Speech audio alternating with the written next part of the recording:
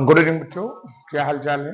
मस्त हो गए, बिंदास हो गए। देखिए बच्चे, हम लोगों ने पिछले लेक्चर के थ्रू में भौतिक विज्ञान के महत्वपूर्ण अतल लघुत्तरीय प्रश्नों का विधिवत अध्ययन किया था और मैंने बताया था बच्चे आपको कि जो भी हमने लघु उत्तरीय प्रश्न पढ़े हैं उन प्रश्नों से बाहर प्रश्न आपके एग्जाम में नहीं आ सकते हैं। तो उन सभी प्रश्नों को उम्मीद करते हैं कि आप लोगों ने तैयार कर लिया होगा। तो आज हम बात करेंगे आगे के अति लघु उत्तरीय बहुविकल्पीय प्रश्नों के विषय में बच्चे बात करेंगे। ठीक है बेटा, जो कि बहुत इंपॉर्टेंट होते हैं। देखिए, first impression is the last impression of the exam, यानी कि जो पेपर होता है ना बच्चे, उसमें जो पहला इंप्रेशन होता है वही लास्ट इंप्रेशन होता है। आपका ऑब्जेक्टिव आपके पेपर के लिए जान होता है बच्चे। अगर आपका ऑब्जेक्टिव सही है तो सब कुछ सही है, अगर आपका ऑब्जेक्टिव गलत है बच्चे तो सब कुछ गलत हो जाएगा। चलिए बच्चे, हम बारी बारी से आज हम इनका अध्ययन करेंगे विधिवत कि ऑब्जेक्टिव को हम कैसे करेंगे एग्जाम में जब आ जाएंगे। ठीक है बच्चे, चलिए जैसा पहला क्वेश्चन क्या दिया गया बच्चे कि दो बिंदु आवेशों के बीच एफ न्यूटन स्थिर विद्युत बल कार्य करता है। यदि आवेशों को के पराविद्युतांक वाले माध्यम में रख दिया जाए तो यह बल कितना हो जाएगा? बच्चे बड़ा ही सिंपल सा है। देखिए, कूलाम का नियम क्या कहता है भाई? कूलाम का नियम कहता है मेरे लाल, F बराबर 1/4 pi epsilon not Q1 Q2 बटा आर स्क्वायर। यानी यहां पर अगर पराविद्युतांक है तो पराविद्युतांक मान लो बच्चे के है, तो यहां से F इनवर्सली प्रोपोर्शनल क्या आएगा? क्या आएगा बच्चे? के। अब अगर हम बात करेंगे तो इसको ये भी लिख सकते हैं, या F1 is proportional 1/K1 equation कितना फर्स्ट, या बच्चे F2 is proportional 1/K2 equation कितना आएगा सेकंड। समीकरण एक और दो से भाग कर देंगे बच्चे, F1/F2 यानी कि एक को यहाँ पे क्या लगा देंगे? दो से भाग। समीकरण हमको F2 चाहिए तो दो को एक से लगा देंगे, तो बच्चे लेफ्ट हैंड को लेफ्ट की तरफ, राइट हैंड को राइट हैंड की तरफ, तो ये हो जाएगा K2/K1। ये हमको फार्मूला मिल गया। अब देखिए कह क्या रहा है, कह रहा है कि दो बिंदु आवेशों के बीच F न्यूटन स्थिर विद्युत बल कार्य करता है। भाई F न्यूटन स्थिर विद्युत बल कार्य करता है, इसका मतलब बच्चे पहले आवेश कहां रखे होंगे? वायु में रखे होंगे। यानी K1 का मान मेरे लाल कितना है? 1। कितना है? 1। फिर कह रहा है यदि इन आवेशों को के पराविद्युतांक वाले माध्यम में रख दिया जाए अब बल कितना हो जाएगा? तो मतलब अब बल कितना हो जाएगा? F2 पूछ रहा है, पहले कितना था बच्चे? F। ये स्वयं कह रहा है कितना है? F है। और बच्चे K2 का मान कह रहा है K में रख दिया जाए, और बच्चे हमसे कह रहा है K1 का मान मेरे लाल कितना है? 1। तो भैया F2 हमसे पूछ रहा है मेरे लाल कि अब बल कितना हो जाएगा? अब बल कितना हो जाएगा बच्चे? ठीक है, सॉरी, यहां पे जब इसको हम डिवाइड करेंगे बच्चे तो K1/K2 हो जाएगा। K1/K2 तो मतलब पहले K1 कितना था मेरे लाल? 1 था, और K2 कितना है? K। तो मतलब यहां से F2 कितना निकल गया बच्चे? F/K। देखो जरा कोई ऑप्शन मिल रहा है बच्चे? अगर हम बात करेंगे तो मेरा चौथा ऑप्शन सही हो जाएगा। तो बच्चे याद रखना कि कूलाम के नियम में F इज इनवर्सली प्रोपोर्शनल मेरे लाल K होता है। तो जब F2/F1 करेंगे तो ऊपर चला जाएगा, यानी कितना हो जाएगा? K1/K2 हो जाएगा। यानी F2 का मान निकालना है। F1 का वैल्यू बच्चे हमको कितना दिया गया है मेरे लाल? F1 का वैल्यू दिया गया है मुझे F, और बच्चे K1 का वैल्यू 1 है और K2 का वैल्यू K है। मैंने वैल्यू को पुट कर दिया और हमें F2 का मान मिल गया दोस्त। इससे बहुत सारे प्रश्न पूछता है कि दो आवेशों के बीच वायु है, ठीक है बच्चे, तो बल इतना न्यूटन कार्य कर रहा है। यदि इसके बीच 10 पराविद्युतांक भर दिया जाए तो बल कितना हो जाएगा? ये सारे ही के सारे प्रश्न मेरे बच्चे यहां पर हम इस फार्मूले से लगाते हैं, F इज प्रोपोर्शनल 1/K। ठीक है बेटा, यानी कि अगर ये बढ़ेगा तो ये घटेगा और ये घटेगा तो ये बढ़ेगा। इसका कॉन्सेप्ट ये होता है। चले बच्चे, हम आगे के कंटिन्यू क्वेश्चन को करेंगे बच्चे।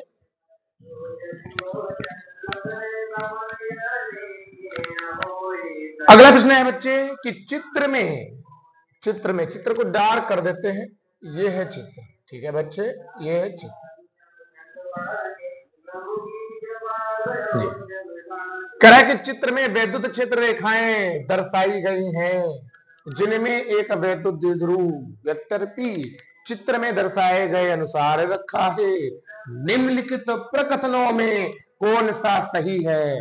बच्चे हमको बताना है कौन सा सही है। कह रहा है कि द्विध्रुव, ये जो द्विध्रुव रखा है ये वाला बच्चे, ये -Q+Q, तो कह रहा है द्विध्रुव किसी बल का अनुभव नहीं करेगा। भैया बिल्कुल गलत है। अगर द्विध्रुव वैद्युत क्षेत्र में रखा है तो बल का अनुभव तो करेगा मेरे लाल, विद्युत बल का, क्योंकि इसके पास आवेश है और कोई भी आवेशित कण किसी वैद्युत क्षेत्र में अपने ऊपर विद्युत बल का अनुभव करता है। तो बच्चे अगला प्रश्न, अगला देखेंगे ऑप्शन क्या है। कह रहा द्विध्रुव दाईं ओर किसी बल का अनुभव करेगा, हो सकता है। हो सकता है ना, अभी देखते हैं। फिर कह रहा है द्विध्रुव बाईं ओर किसी बल का अनुभव करता है, भाई ये भी हो सकता है। फिर कह रहा है द्विध्रुव ऊपर की ओर किसी बल का अनुभव करता है, नहीं भाई ऊपर की ओर क्यों भाई, आवेश की अगर बात की जाए, आवेश भैया क्या आवेश किसी पदार्थ का वह गुण है जिसके कारण वस्तुएं बल आरोपित करती हैं, तो जिसका आवेश ज्यादा होगा मेरे लाल उधर बल ज्यादा होगा। तो अब देखो यहां पर परिमाण समान है बच्चे, माइनस क्यू और प्लस क्यू है, इसके कारण जो बल कार्य करेगा वो इसकी ओर कार्य करेगा और इसके कारण जो बल कार्य करेगा वो इसकी ओर कार्य करेगा। अब मुझे बताओ स्ट्रॉन्ग कौन होगा, माइनस वाला होगा कि प्लस वाला होगा? प्लस वाला बच्चे स्ट्रांग होगा, तो मतलब बल अगर हम ऐसे खड़े हो जाते हैं तो ये बायां और ये दायां, यानी कि किधर बल कार्य करेगा बच्चे, बाईं ओर बल का अनुभव करेगा, दाईं ओर बल का अनुभव नहीं करेगा। कह क्या रहा है बच्चे, निम्नलिखित में क्षेत्र रेखाएं दर्शाई गई द्विध्रुव पी चित्र में दर्शाए गए अनुसार रखा है, निम्नलिखित प्रकथनों में कौन सा सही है बच्चे? तो सही बताना है कि द्विध्रुव बाईं ओर बल का अनुभव करेगा, दाईं ओर अनुभव नहीं करेगा, क्योंकि बल अनुभव करेगा आवेश के कारण और आवेश यहाँ पर परिमाण समान है, तो पॉजिटिव वाला हमारा ज्यादा तो बल इधर लगेगा। That is option number C सही बच्चे, ठीक है। नेक्स्ट इसी प्रकार अगले प्रश्न की ओर चलेंगे मित्र। तो यहां पर क्या कह रहा है कि दूरी स्मॉल आर पर स्थित दो बिंदु आवेश प्लस क्यू तथा माइनस क्यू के बीच वैद्युत बल एफ है, ठीक है, बहुत अच्छी बात है। आर दूरी पर एक माइनस क्यू बैठा देते हैं और एक प्लस क्यू, और इनके बीच का दूरी कह रहा बच्चे, यार बहुत अच्छी बात है। दूरी आर पर स्थित दो बिंदु आवेश प्लस और माइनस क्यू के बीच एफ बल है, बड़ी अच्छी बात है भैया। इसलिए बल कितना है मेरे लाल, एफ है, ठीक है बच्चे।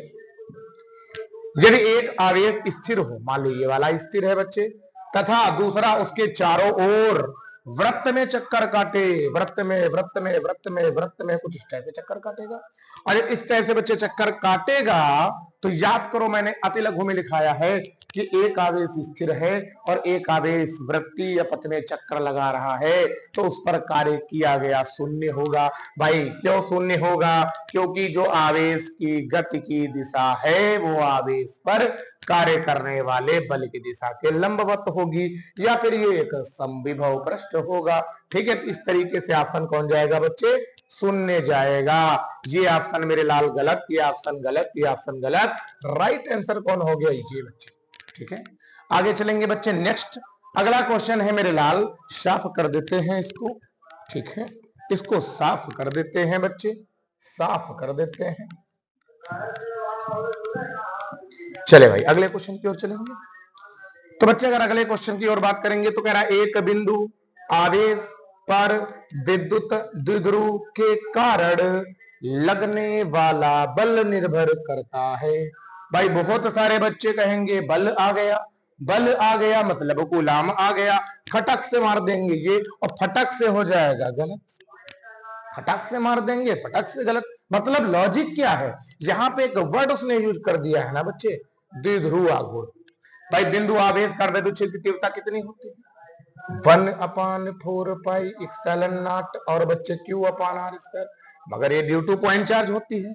अब बिंदु आवेश के लिए बल कितना होता है, 1/4πε0 Q/r²। जब वैद्युत क्षेत्र की तीव्रता मेरे लाल क्या होगी, P/r³ या 2P/r³, वैद्युत द्विध्रुव के कारण। तो बल भाई E इक्वल टू क्या होता है, F/Q। E इक्वल टू क्या होता है बच्चा, F/Q, F/Q, मतलब E जो प्रोपोर्शनल क्या है F, जो E के साथ वही F के साथ। तो वैद्युत द्विध्रुव के लिए जो वैद्युत क्षेत्र की तीव्रता निकलेगी वो क्या निकलेगी, E जो प्रोपोर्शनल R³ बच्चा, E जो प्रोपोर्शनल R³ बच्चा। तो F के लिए भी क्या निकलेगी, F is proportional R³। Then option आपका कौन जाएगा बच्चे, सी सही होगा, और डी मेरे लाल गलत, ए मेरे लाल गलत, ठीक है बच्चे। तो ये थे आपके ऑप्शन, और ये बहुत ही महत्वपूर्ण प्रश्न आपके लिए हैं। आपको काफी जगह ये देखने को मिलेंगे मगर सॉल्यूशन नहीं मिलेगा मेरे लाल, तो मैं आपको भी सॉल्यूशन बता रहा हूं कि अगर होगा तो क्यों होगा, ठीक है। नेक्स्ट, एकांक धनावेश विद्युत क्षेत्र के प्रत्येक बिंदु पर एक समान बल का अनुभव करता है। एकांक धनावेश कोई भी एक आवेश है और प्रत्येक बिंदु पर एक समान बल का अनुभव करता है। भैया समान कब करेगा? जब उस इस तरह का आपका क्षेत्र होगा। और याद करो मैंने बताया था, इस तरह का अगर क्षेत्र है बच्चे तो ये एक समान विद्युत क्षेत्र होता है। जरा देखो कहीं है बच्चे, ये आपका ऑप्शन नंबर ए सही। एक समान विद्युत क्षेत्र, असमान गलत बच्चे, परिवर्ती गलत बच्चे, कुछ कह नहीं सकते भैया। कह क्यों नहीं सकते हैं?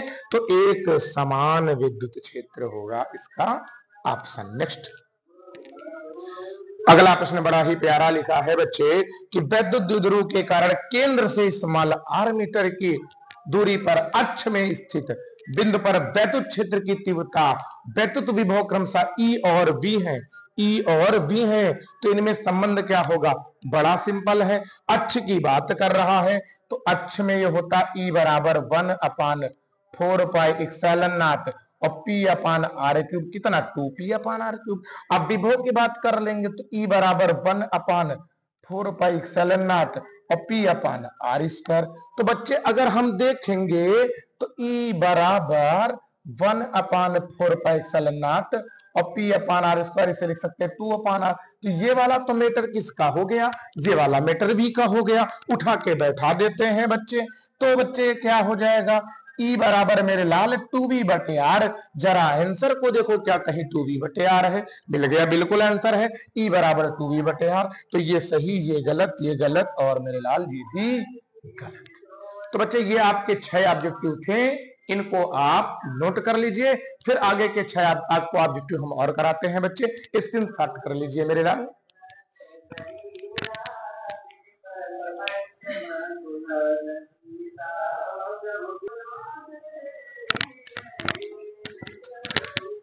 चलिए बच्चे आगे की हम महत्वपूर्ण ऑब्जेक्टिव को अध्ययन करेंगे, क्योंकि ये आपका ऐसे ऑब्जेक्टिव है बच्चे कि ये ऑब्जेक्टिव के साथ साथ आपका न्यूमेरिकल भी आ सकता है पेपर में।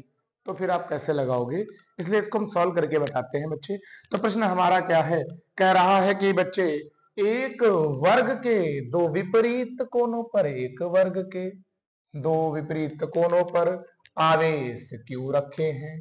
दूसरे दो विपरीत कोनों पर आवेश क्यों रखे हैं बच्चे? यदि किसी क्यू पर नेट बल शून्य हो तो क्यू अपान क्यू बराबर होगा। बच्चे आंसर इसका जाएगा -2√2। बट अब कैसे जाएगा, चलिए देखते हैं। तो बच्चे ये हमने बना दिया वर्ग। क्या बना दिया बच्चा? वर्ग बना दिया। ठीक, थोड़ी देर के लिए मान लेते हैं। अब भैया एक क्या रहा है? कह रहा है कि दो विपरीत कोनों पर क्यों रखे हैं मेरे लाल? चलो एक ये क्यों मान लेता हूं, एक ये क्यों मान लेता हूं, विपरीत कोने हो गए। फिर कह रहा दूसरे दो विपरीत कोनों पर स्मॉल क्यों रखे हैं? चलिए मेरे लाल ये स्मॉल क्यों हो गया, ये स्मॉल क्यों हो गया। और इस वर्ग की भुजा मान लेते हैं बच्चे ए है। कितनी है बच्चे? ए है। कितनी है बच्चे? ए है भुजा। ठीक है बेटा। अब कह रहा है कि यदि किसी क्यू पर नेट बल चाहे इस वाले पर और चाहे इस वाले पर, किसी क्यू पर नेट बल क्या है बच्चे? शून्य है। शून्य का मतलब बच्चे साम्यावस्था, साम्यावस्था का मतलब विरामा अवस्था, आराम की अवस्था। तो बच्चे तो क्यू अपान क्यू का मान होगा। चलिए देखते हैं बच्चे। देखिए अगर मैं इस क्यू की बात करूंगा बच्चे तो इसके कारण बल लगेगा, इसके कारण इस जगह लगेगा। ठीक है बच्चे, इसको मान लेते हैं F1 है। और इसके कारण लगेगा इस जगह, इसको मान लेते हैं F2 है। और इन दोनों का परिणामी लगेगा बच्चे, परिणामी लगेगा इसके बीच में, इसके बीच में लगेगा। ये मान लेते हैं, ये क्या है? FR रिजल्टेंट फोर्स हो गया। भाई ये वाला भी ले सकते हैं, ठीक है, बट ये FR रिजल्टेंट फोर्स हो गया। और याद करो जब ये परपेंडिकुलर वाली कंडीशन बन जाती है तो FR का मान हम कैसे निकालते हैं? और पहले तो F1 का निकालेंगे। क्या निकालेंगे? F1 का। तो F1 क्या है? इन दोनों के बीच लग रहा है तो 1/4 पाई इप्सिलॉन नॉट। Q1 बोलेंगे तो Q और Q2 बोलेंगे तो कैपिटल Q और भुजा A स्क्वायर। ये हमने निकाल लिया बच्चा F1। अब हम निकालेंगे F2 मेरे लाल। तो F2 जब निकालेंगे तो F2 इधर लगेगा बच्चे, थोड़ा सा रंग हो गया मेरे लाल। ये F2 था, चलिए कोई बात नहीं, इसको F2 धर देते हैं। ये F2 था और ये F1 है बच्चे, तो ये F1 हो जाएगा। Q into Q 1/4 pi epsilon not. क्यों क्यों तो कोई परिवर्तन नहीं आया, कोई परिवर्तन क्योंकि आवेश समान है, दूरी समान है। ये हमको मिल गया क्या बच्चे, F2 मिल गया। अब जब दो बल 90 डिग्री के कोण पर हो तो उनका रिजल्टेंट निकालने का तरीका, वैसे मैं रिजल्टेंट निकालने का तरीका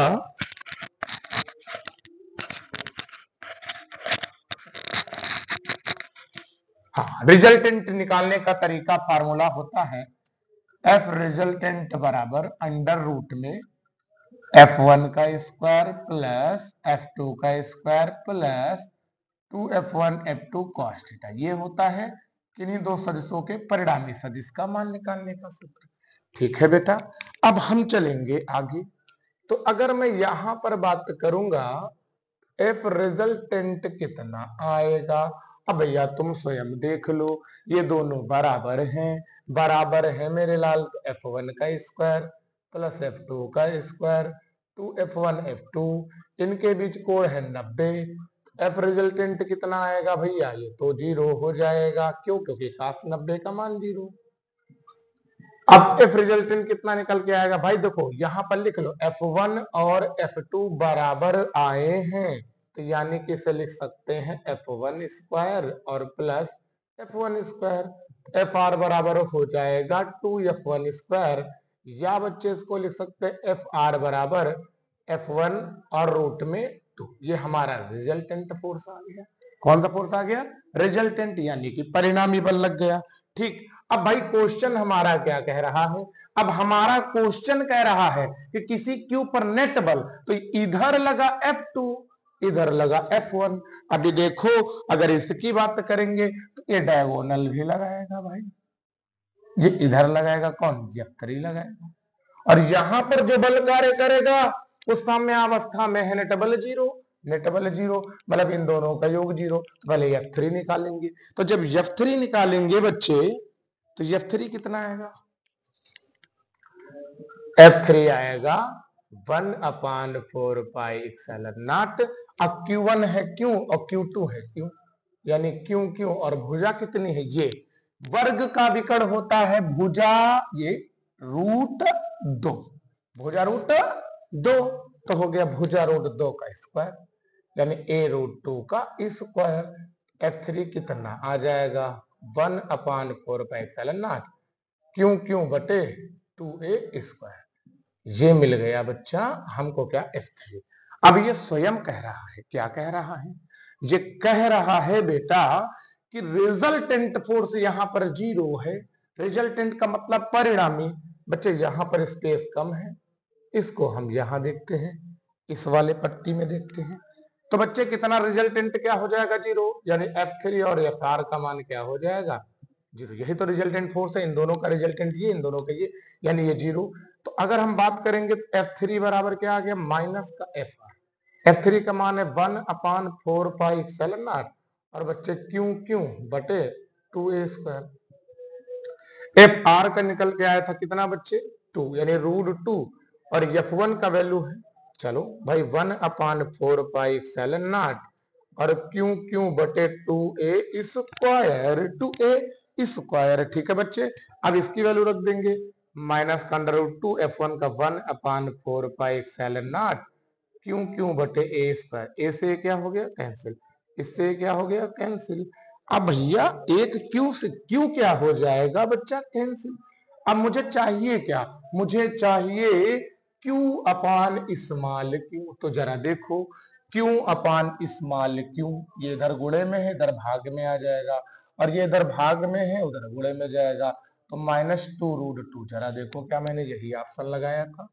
इस तरीके से बच्चे हमने बड़े आसान तरीके से Q अपान Q का मान निकाल लिया। ठीक है बच्चा, अब दूसरा क्वेश्चन देखो क्या कह रहा है कि एल भुजा के वर्ग ABCD के प्रत्येक कोने A व C पर Q1 तथा Q2 Q1 तथा प्रत्येक कोनों B व D पर आपके क्या हो जाएंगे, -q2 आवेश ए है पर स्थित है आवेश साम्यावस्था। साम्यावस्था का मतलब किसी एक कोने पर शून्य है, तब Q1/Q2 का मान क्या होगा भैया, बिल्कुल सेम सवाल है, इसका आंसर भी यही आएगा। अब यहाँ पे दोनों चार्ज प्लस थे तो आंसर माइनस में, यहाँ एक माइनस तो आंसर प्लस में। इसको स्वयं लगाइए बच्चे, ये प्रैक्टिस के लिए क्वेश्चन मैंने आपको दिया है।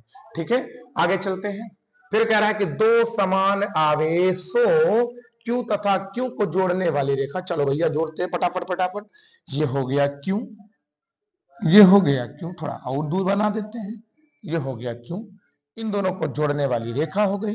अब क्या कह रहा है, दो समान आवेशों Q तथा Q को जोड़ने वाली रेखा के मध्य बिंदु पर एक आवेश Q को रख देते हैं भाई मध्य बिंदु, ये हो गया मध्य बिंदु।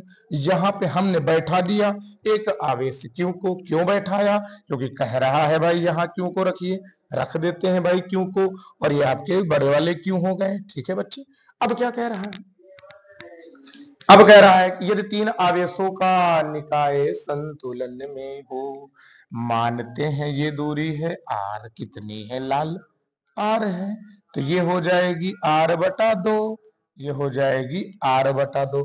अब ये वर्ड समझो जरा, तीन आवेशों का निकाय संतुलन में हो। तीन आवेशों का निकाय संतुलन का मतलब जानते हो, या तो हम बच्चे इन दोनों को ले लें, इसको ले लें, ठीक है बच्चे, दोनों बराबर 0 कर दे संतुलन, या तो इस आधे को ले ले और इस पूरे को ले ले। तो यहां पे क्या लिखेंगे, निकाय के संतुलन के लिए, अब कौन से निकाय, तीनों आवेशों के निकाय, निकाय के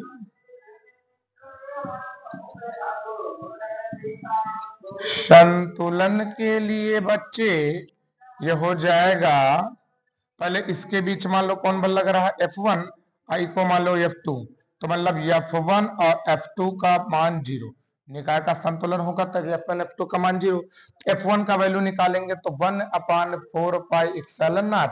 अब दोनों का चार्ज Q क्यों है, यानी Q1 का वैल्यू भी Q है और Q2 का वैल्यू भी बच्चा Q है, अब बीच का दूरी कितना है r²। ठीक है बच्चे, प्लस लगा देते हैं, F2 का वैल्यू कितना हो जाएगा 1/4πε0, अब Q1 का वैल्यू बच्चे Q है और इसका वैल्यू स्मॉल Q है, और बटे r/2 क्योंकि दूरी आधी है, बराबर 0। जो कॉमन बनना है कॉमन करो, तो Q/4πε0 और r, पहले r² नहीं इतना ही कॉमन लेंगे तो कितना हो जाएगा, ये Q/r² और मेरे लाल ये बचेगा 2 का स्क्वायर 4, और ये 4 पलटी मारेगा, 4 पलटी मारेगा तो ऊपर आ जाएगा, और ये r² बराबर 0।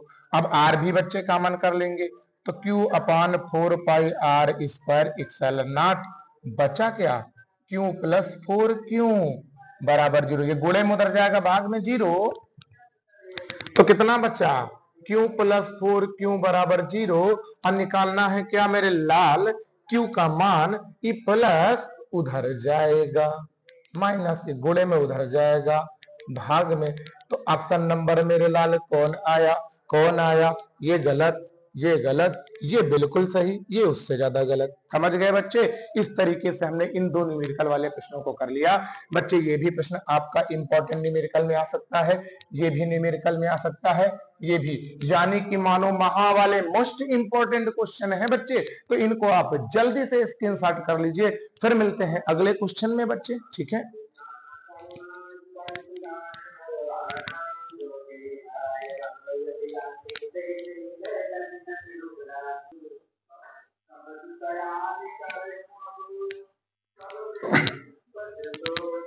चले बच्चे, लोग आगे के ऑब्जेक्टिव को बारी बारी से फिर देखेंगे बच्चे। अगला हमारा ऑब्जेक्टिव है, किसी कुचालक माध्यम का परावैद्युतांक के होगा बच्चे। परावैद्युतांक डाइलेक्ट्रिक की बात हो रही है, तो याद रखना बच्चे, वायु के लिए 1 होता है, लकड़ी के लिए 2 होता है, और मेटल्स के लिए यानी कि सोने चांदी के लिए अनंत होता है। और बच्चे ये कह रहा है कुचालक, कुचालक का मतलब इंसुलेटर, इंसुलेटर का मतलब जो इसमें ज्यादा हो, -3 0 0.7 यानी कि 6 ऑप्शन जाएगा बच्चे। ये आपका क्वेश्चन इंपॉर्टेंट हो सकता है, ठीक है बच्चे। नेक्स्ट आगे आ जाते हैं बच्चे। एक पृष्ठ के भीतर इन विद्युत द्विध्रुव रखे हैं, अब बंद पृष्ठ निर्गत कुल विद्युत फ्लक्स होगा बच्चे बंद पृष्ठ, गॉस की प्रमेय लगा देते हैं। भाई गॉस की प्रमेय क्या होती है? गॉस की प्रमेय होती है पाई ई बराबर क्यू नेट बटा इप्सिलॉन नॉट। अब नेट की बात करेंगे बच्चों, तो नेट की बात करेंगे तो विद्युत द्विध्रुव है, तो विद्युत द्विध्रुव कैसे बनता है? ये माइनस और ये प्लस, ये बन गया विद्युत द्विध्रुव, इनके बीच की दूरी 2l। ठीक है बच्चे, अब नेट निकालेंगे तो क्या आ जाएगा भाई? नेट निकालेंगे तो माइनस क्यू प्लस क्यू बटा इप्सिलॉन नॉट, तो यानी रिजल्ट कितना आएगा? शून्य। जरा मैच करो, कहीं पर शून्य है। बंद पृष्ठ निर्गत कुल विद्युत फ्लक्स, हाँ भैया ये मिल गया भैया, ये बिल्कुल राइट जवाब हो जाएगा और ये गलत। बहुत सारे बच्चे इसमें क्यू बटा इप्सिलॉन नॉट के हिसाब से ये मार जाएंगे, जबकि ये गलत है। भाई ये कह रहा है कि पृष्ठ के भीतर इन विद्युत द्विध्रुव रखे, इन नहीं बच्चे, हजार नहीं बच्चे, लाख नहीं करोड़ों रखे हो, विद्युत द्विध्रुव रखे हो, बंद पृष्ठ कह रहा है। और बंद पृष्ठ से कह रहा है कुल विद्युत फ्लक्स, तो भाई विद्युत फ्लक्स क्या होगा? फाई ई बराबर क्यू नेट बटा इप्सिलॉन नॉट। तो क्यू नेट का मतलब जितना क्यू हो, यानी माइनस क्यू प्लस क्यू, कितने टाइम्स? N time. जब एक का जीरो तो एन का भी क्या होगा? जीरो। गुणा कर देंगे एन टाइम्स, एन कर देंगे तो भी आंसर कितना आएगा? जीरो। यानी हमारा ऑप्शन जाएगा बच्चे शून्य के साथ। ये सारे बहुत ही महत्वपूर्ण प्रश्न है बच्चे, इनको आप पूरी ऊर्जा के साथ पढ़ते रहिए। ठीक है बच्चे, ये मत सोचिए कि हमको इतने ही ऑब्जेक्टिव से क्या होगा। भाई ये ऑब्जेक्टिव इतने अच्छे हैं कि आपके पेपर के लिए बहुत सारे पॉइंट देकर जा रहे हैं। ना ऑब्जेक्टिव में फंसेंगे तो आपके अति लघु उत्तरीय और लॉन्ग प्रश्न में ये जरूर हेल्प करेंगे। ठीक है बच्चे, आगे देखिए अगला क्वेश्चन है मेरे लाल। R1 व R2 त्रिज्याओं के दो चालक, सॉरी R1 व R2 त्रिज्याओं के दो चालकों के पृष्ठों पर आवेशों के पृष्ठ आवेश घनत्व तो बराबर हैं, यानी कि एक गोला मानते हैं ये है मेरे लाल, और एक गोला ये है। ठीक है बच्चे, गोला बना लेते हैं, गोली बन गई है बच्चे, गोला बना लेते हैं। ठीक है बच्चे, अब ये क्या कह रहा है? इनके पृष्ठ आवेश घन बराबर है भाई, इसका रेडियस R1, इसका रेडियस R2, इसका पृष्ठीय आवेश घनत्व तो सिग्मा 1 सिग्मा 2। अब कह क्या रहा है? ये दोनों बराबर हैं, बराबर का मतलब सिग्मा 1 बराबर सिग्मा 2। सिग्मा को क्या लिख सकते हैं बच्चे? सिग्मा को मेरे लाल लिख सकते हैं क्यू बटा इप्सिलॉन नॉट, पृष्ठीय आवेश घनत्व तो बराबर है, यानी सिग्मा सिग्मा है बच्चे, सिग्मा सिग्मा है बच्चे। तो क्यू बटे कितना होगा बच्चे? क्यू बटा आपका ए होता है, और क्यू बटा ए बटे यहाँ पर गोले की त्रिज्या अलग है, तो यहाँ A1 यहाँ A2। अब बड़ा बात करते हैं बच्चे, अब अगर हम बात करेंगे मेरे लाल, हमसे कह क्या रहा है? कह रहा R1 व R2 त्रिज्याओं के दो चालकों के पृष्ठों पर, ठीक है बच्चे, आवेशों के पृष्ठ आवेश घनत्व तो बराबर है, पृष्ठों पर वैद्युत क्षेत्र की तीव्रताओं का अनुपात कह रहा है। तो बिल्कुल भैया हम बहुत जोरदार तरीके से निकालेंगे वैद्युत क्षेत्र की तीव्रता। ठीक है बच्चे, चलिए देखते हैं कैसे निकालते हैं बच्चे। तो देखिए वैद्युत क्षेत्र की तीव्रता की मेरे लाल बात कर रहा है, वैद्युत क्षेत्र की तीव्रता की बात कर रहा है, अपृष्ठीय आवेश घनत्व दिया है, तो मान लो ये 1 है, ये 1 है बच्चे, तो सिग्मा 1 बराबर बच्चे सिग्मा 2। ठीक है बच्चे, तो हो जाएगा कितना? Q Q Q. ठीक है बच्चे, क्यू बटे हम लिख सकते हैं Q1 बटा मेरे लाल A1, और ये हो जाएगा Q2 बटा A2 बच्चा, Q1 बटा Q2, A1 बटा A2 कर देते हैं भैया। तो यहाँ A का मान क्या हो जाएगा गोले के लिए? तो गोले के लिए हो जाएगा 4 pi epsilon naught, sorry 4 pi R square, 4 pi R square हो जाएगा। ठीक है बच्चे, अब R कौन सा? पहले गोले के लिए मतलब कैपिटल R, और Q2 बटा 4 पाई R2 स्क्वायर, जरा नीचे देखते हैं इसको, तो बच्चे ये हो जाएगा 1/4 पाई इप्सिलॉन नॉट, दोनों तरफ इप्सिलॉन नॉट से क्या कर लेते हैं? गुणा, यहाँ भी इप्सिलॉन नॉट से गुणा, यहाँ भी तो इप्सिलॉन नॉट हो गया, इंटू Q1 बटा R1 स्क्वायर बराबर ये 1/4 पाई इप्सिलॉन नॉट और Q2 बटे R2 स्क्वायर। ठीक है बच्चे, दोनों तरफ ने क्या किया बच्चे? दोनों तरफ ने इप्सिलॉन नॉट से गुणा करा लिया। ये किसका मान हो जाएगा बच्चे? E1 का। किसका हो जाएगा? ये किसका हो जाएगा? E2 का। ये इधर गुणे में है, इधर जिसका गणित में कोई नहीं है उसका एक, ये गुणे में इधर कहाँ जाएगा? भाग में, तो E1 बटा E2 मेरे लाल कितना आ गया 1 बटा ए। जरा कोई ऑप्शन है भाई? ये मिल गया डी फॉर देव सेना, काट दो बच्चे, और ये आपके गलत हो जाएंगे। दैट इज ऑप्शन कौन सा है बच्चे? D number. ये इंपॉर्टेंट प्रश्न हो सकता है। कह रहा पृष्ठीय आवेश घनत्व बराबर बराबर। पृष्ठीय आवेश घनत्व का क्या होती है परिभाषा? कि एकांक पृष्ठीय क्षेत्रफल पर कार्य करने वाले आवेश को पृष्ठीय आवेश घनत्व कहते हैं बच्चा। एकांक पृष्ठीय आवेश घनत्व पर कार्य करने वाले आवेश को पृष्ठीय आवेश घनत्व कहते हैं। एकांक मतलब बंद कर लो, जो आवेश वही आपका पृष्ठीय आवेश घनत्व है। तो अब ए को लिख सकते हैं 4πr1 स्क्वायर और ए2 को लिख सकते हैं 4πr2 स्क्वायर। अलग अलग कर लेंगे बच्चे, इप्सिलॉन नॉट से दोनों तरफ गुणा कर देंगे तो 1/4π q1 बटे r1 स्क्वायर 1/4π q2 बटे r2 स्क्वायर। ये बच्चे E1 का मान, ये E2 का। गणित गुणे में जिसका कोई नहीं, गणित में एक होता है। ये इधर गुणे में इधर भाग में, यानी E1 रेशियो E2 कितना आ गया 1:1। ये आपका महत्वपूर्ण प्रश्न बन सकता है यूपी बोर्ड के लिए बच्चे। और याद कर लेना मेरे दोस्त, जो मैं बता रहा हूं मतलब मैं बता रहा हूं, ये बहुत इंपॉर्टेंट प्रश्न आपके लिए बन सकता है। अगले आते हैं बच्चे। कह रहा आर त्रिज्या, आर मीटर त्रिज्या वाले खोखले गोले के केंद्र पर क्यू कूलाम का आवेश रखा है। बिल्कुल अच्छी बात है भैया, रखा रहने दो। यदि गोले की त्रिज्या दोगुनी कर दी जाए, गोले की त्रिज्या दोगुनी कर दी जाए तथा आवेश आधा कर दिया जाए तो पृष्ठ पर कुल विद्युत फ्लक्स क्या होगा? चलो भाई देख लेते हैं क्या होगा।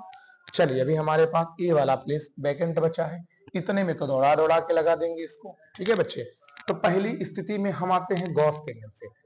मान लो मेरे लाल कह रहा है कि विद्युत फ्लक्स यानी phi E is equal to होता है Q upon epsilon naught, Q upon epsilon not.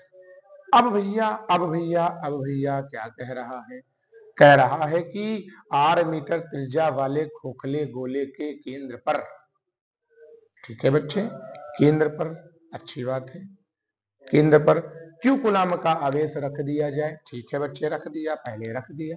यदि गोले की त्रिज्या दुगुनी कर दी जाए तथा आवेश आधा कर दिया जाए तो विद्युत फ्लक्स, तो याद रखना मैंने पिछले लेक्चर में पढ़ाया है कि गोले की त्रिज्या को आधा करने पर विद्युत फ्लक्स के मान में कोई परिवर्तन नहीं होगा, क्योंकि यहाँ पर कहीं पर त्रिज्या नहीं है बच्चे। हाँ, विद्युत बल रेखाओं की संख्या को आधा करोगे तो आधा जरूर होगा। तो बस यहाँ पर आवेश को अगर आधा कर देंगे तो बच्चे ये मान लो 1, ये 1 और बच्चे ये क्या हो गया इक्वेशन 1। अब दोबारा में मान लो φE2 बराबर Q1 मगर आधा करना है 2 से भाग इप्सिलॉन नॉट। 1 को 2 से कर, 2 को 1 से कर देंगे भाग, क्या कर देंगे भाग। तो φE2 बरा अपान φE1 बराबर क्या हो जाएगा बच्चे? क्या हो जाएगा बच्चे? क्या हो जाएगा मेरे लाल? और यहाँ पर क्यों है तो हम क्यों मान के ही चलेंगे, क्यों मान कर ही चलेंगे। तो बच्चे यहाँ पर डिवाइड कर देंगे तो यहाँ बचेगा 1/2, यानी कि ये इधर आएगा तो φE1 अपान 2। अब φE1 का मान कितना है? इतना, यानी आंसर आ जाएगा Q/2 इप्सिलॉन नॉट के जितना। Q/2 epsilon not. कैसे कैसे कैसे समझो भैया। देखिए φE1 बराबर Q/2 इप्सिलॉन नॉट, आवेश को कहा आधा कर दो, हमने कर दिया। समीकरण 2 को 1 से भाग लगा दिया, और ये इधर भाग में था तो उधर गुणे में भगा दिया, इधर 2 तो φE1/2, φE1 का मान बैठा दिया तो Q/2 इप्सिलॉन नॉट इंटू 2, यानी हमारा ऑप्शन कहाँ चला गया? सी फॉर कैट। और डी गलत बच्चे, बी गलत बच्चे, ए गलत बच्चे। ठीक है, नेक्स्ट। किसी बिंदु आवेश पर किसी बिंदु पर विद्युत क्षेत्र की तीव्रता निम्न में किसके r का पावर 0, r का पावर 0 के अनुक्रमानुपाती होती है। चलो भैया, बिंदु आवेश के कारण क्या होती है? E बराबर 1/4π इप्सिलॉन नॉट Q/r², यानी E प्रोपोर्शनल r²। तो यहाँ तो 0 नहीं आया, तो मतलब ये वाला क्या हो गया? गलत। अब यहां आते हैं वैद्युत द्विध्रुव के कारण क्या होती है? E बराबर 1/4π इप्सिलॉन नॉट P/r³ या 2P/r³, मतलब E इनवर्सली प्रोपोर्शनल r³, मतलब यहाँ 0 नहीं आया, तो भैया गलत। आवेश की अनंत समतल चादर के कारण देखेंगे E बराबर मेरे लाल सिग्मा अपान इप्सिलॉन नॉट होती है। ठीक है बच्चे, x(0) होती है। चादर की बात कर रहा है कि 2x(0) होती, यहाँ कहीं दूरी नहीं है, नहीं है तो r की पावर 0, और जिसका पावर 0 उसका मान क्या होता है 1, तो 1 सबके गुणे में होता है कि नहीं होता है, तो मतलब यही आपका डेट इज ऑप्शन सही।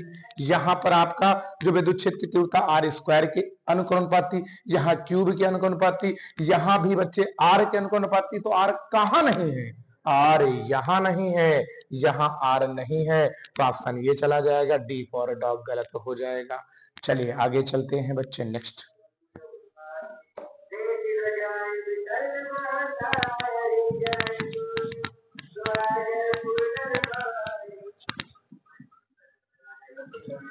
अगला है बच्चे,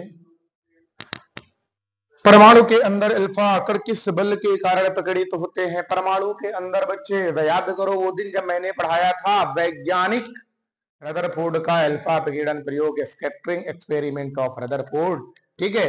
तो वहां पर वैज्ञानिक रदरफोर्ड ने क्या निष्कर्ष निकाला था कि कूलाम का नियम परमाणुवीय दूरियों पर भी लागू होता है। तो जरा देखो कहीं पर भाई बहुत सारा बच्चा मार देगा, कहेगा अरे अरे मिल गया नाभिक, परमाणु के अंदर नाभिक, नाभिक के अंदर नाभिकीय बल, बिल्कुल गलत है भैया, नहीं होगा। गुरुत्वीय बल नहीं होगा बच्चे, अब चुंबकीय बल नहीं होगा बच्चे, तो अपने पास दिख क्या रहा है, कूलामीय बल। तो बच्चे याद रख लेना, ये इंपॉर्टेंट प्रश्न हो सकता है। परमाणु के अंदर अल्फा कण किस बल के कारण प्रकटित होते हैं, कूलामीय बल के कारण, सी फॉर कैट। समझ गए बच्चे। नेक्स्ट, धनावेशित वस्तु में होती है, धनावेशित कहें कि वो व्यक्ति हो गया है अमीर, धन हो गया है, ऐसे नहीं सोचना भैया, नहीं तो तुम्हारा गलत हो जाएगा, वो तो धनी तुम ऋणी हो जाओगे, समझ लो बच्चे। तो यहाँ पर क्या है, धनावेशित वस्तु में होती है। अब याद करो मैंने क्या बताया था, यहाँ थोड़ा इलेक्ट्रिक में क्या होता है, इलेक्ट्रिसिटी में अगर कोई वस्तु धनावेशित है ना तो उसके पास इलेक्ट्रॉनों की कमी होगी, उल्टा हम धनी है तुम्हारे पास पैसों की अधिकता हो जाएगी, मगर ना भैया आवेश का फंडा है। अगर आवेश में कह रहा प्रकृति धनावेशित है तो भैया इलेक्ट्रॉनों की कमी, और ऋणावेशित हो तो इलेक्ट्रॉनों की अधिकता। इन न्यूट्रॉन से क्या मतलब है, न्यूट्रॉन को काटो, न्यूट्रॉन को काट देते हैं। अब फिर आगे इलेक्ट्रॉनों की अधिकता हो नहीं सकती क्योंकि धनावेशित है, हटाओ भाई इलेक्ट्रॉनों की कमी, बिल्कुल राइट ऑप्शन कितना है, सी। और प्रोटॉनों से कोई मतलब नहीं है बच्चे। ये बहुत इंपॉर्टेंट प्रश्न आपके लिए हो सकता है। अगला है बच्चे, धातु के आवेशित गोले के पृष्ठ से, धातु के आवेशित गोले के पृष्ठ से गोले के अंदर केंद्र की ओर जाने पर विद्युत क्षेत्र का मान बताइए बच्चे। कह रहा घटता है, बढ़ता है, उतना ही रहता है, और बच्चे जगह पर सब जगह पर शून्य रहता है। तो याद करो मैंने कहा था कि गोले के अंदर कहीं पर, यहाँ यहाँ यहाँ यहाँ कहीं पर विद्युत क्षेत्र शून्य होता है, तो चाहे जितना अंदर चले हैं ना तो शून्य, यानी सब जगह शून्य रहता है। सी फॉर कैट गलत, बी फॉर बॉय गलत, ए फॉर एप्पल भी गलत, अपना डी फॉर डॉग बड़ा साथ दे रहा है बच्चे, सब जगह शून्य होगा। ठीक है बच्चे, एक बढ़िया सा प्यारा सा स्क्रीनशॉट कर लीजिए। इसके बाद हम मिलते हैं आगे के न्यूमेरिकल के, आगे के बहुविकल्पीय प्रश्नों के साथ।